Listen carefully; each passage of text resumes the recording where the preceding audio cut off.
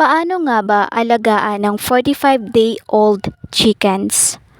If you are here to know on how to take good care of 45-day-old chickens, this video is perfectly for you. So don't forget to like and subscribe this YouTube channel. Thank you. Kung may balak kayong mag-alaga ng 45-day-old chickens, make sure na gumawa muna kayo ng kanilang tirahan or kulungan. Once na may paglalagyan na sila, settle nyo na ang ilaw na magbibigay sa kanila ng liwanag. Importanteng may ilaw sila dahil ang 45-day-old chickens ay kumakain at umiinom ng tubig kahit gabing-gabi na, unlike sa mga native na manok. And then, lalagyan din natin ng upa ng palay ang kanilang sahig upang mapanatili ang komportableng kapaligiran at kalinisan.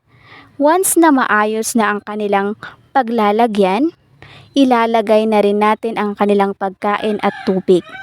Kung may budget kayo, mas magandang ganitong klase ng lalagyan ang bilhin nyo para matagal palitan, pero syempre, kung wala, pwede naman kayong gumamit ng mga alternative.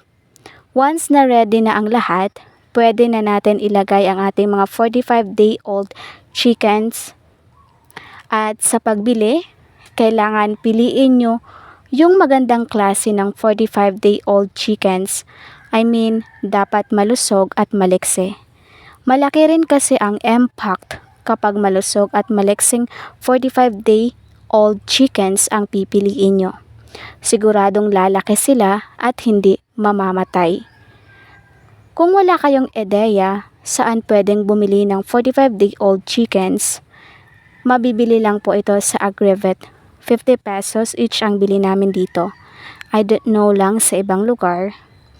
Anyway, always monitor lang sa 45 days chicken nyo to ensure na may pagkain at tubig pa.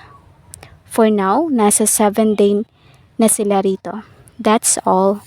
Thank you for watching.